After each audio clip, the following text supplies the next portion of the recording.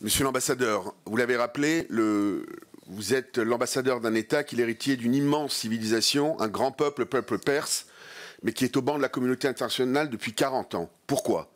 D'abord par choix, parce que la République islamique d'Iran est le premier État moderne à avoir placé l'islam militant au cœur de son projet politique.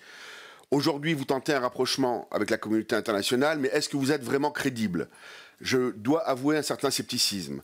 Par-delà la question nucléaire, il y a quelques questions. La première, ça a été rappelé par mes collègues, alors que l'État iranien condamne à mort et exécute des centaines d'hommes, de femmes et d'hommes chaque année, parmi lesquels des homosexuels, des femmes adultères, ou je cite des ennemis de Dieu, sans parler des dizaines de journalistes emprisonnés. Est-ce que vous pensez que tout ça c'est compatible avec les valeurs de l'Europe? 2. Chaque année est organisé en Iran un concours de caricature sur la Shoah, le génocide de 6 millions de juifs européens par les nazis, qui a traumatisé longtemps la conscience européenne. Là encore, pensez-vous que moquer la Shoah, tourner en dérision la mort de 6 millions de morts de mon peuple, et à nature à approcher l'Iran des nations? Et est-ce que vous pouvez reconnaître clairement, simplement, devant notre commission, la réalité de la Shoah et de ces 6 millions de morts? 3. L'État d'Israël est un État ami et allié de la France. Je représente à l'Assemblée nationale notamment les 162 000 franco-israéliens.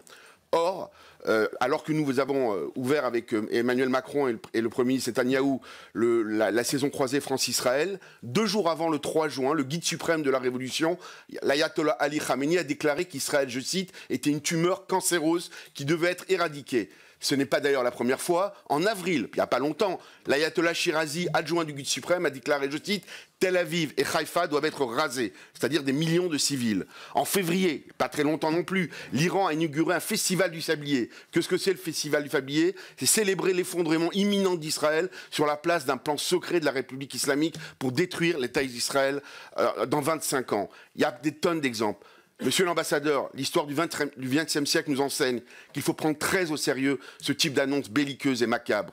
Monsieur l'ambassadeur, pouvez-vous reconnaître, devant la représentation nationale française, le droit d'existence légitime à l'État d'Israël? C'est oui ou non, ou confirmez-vous au contraire que le régime iranien a pour ambition de détruire Israël et de faire un nouveau génocide du peuple juif? Merci.